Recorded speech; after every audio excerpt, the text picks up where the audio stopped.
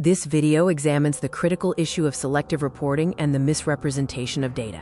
We will explore the various forms these practices take, the underlying factors that drive them, and why maintaining integrity in data reporting is essential for informed decision-making. Selective reporting manifests in several ways, including cherry-picking data to support a narrative, using biased sampling, manipulating visualizations to mislead the viewer, or failing to disclose important information like methodologies and potential conflicts of interest. Several factors contribute to the misrepresentation of data. These include cognitive biases, unconscious mental shortcuts that skew judgment, organizational pressures to align findings with company goals, and a general lack of transparency and oversight.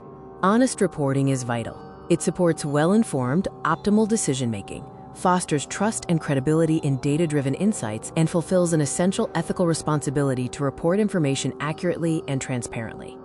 To ensure honest reporting, organizations should establish clear data governance policies, promote data literacy to ensure information is correctly interpreted, and encourage a culture of whistleblowing to safely report any instances of manipulation.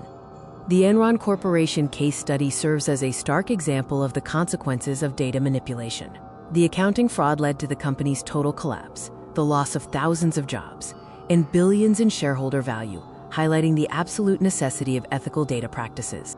In the pharmaceutical sector, Health Pharma tested a drug called CardioMed. While it successfully reduced blood pressure, the company downplayed serious side effects, such as heart problems, in their public reports. This selective reporting eventually led to major safety concerns when the true risks were uncovered. Reflecting on the Health Pharma case, we must consider the issues surrounding their data handling, the impact on public health, and the necessary steps to prevent such selective reporting in future clinical trials.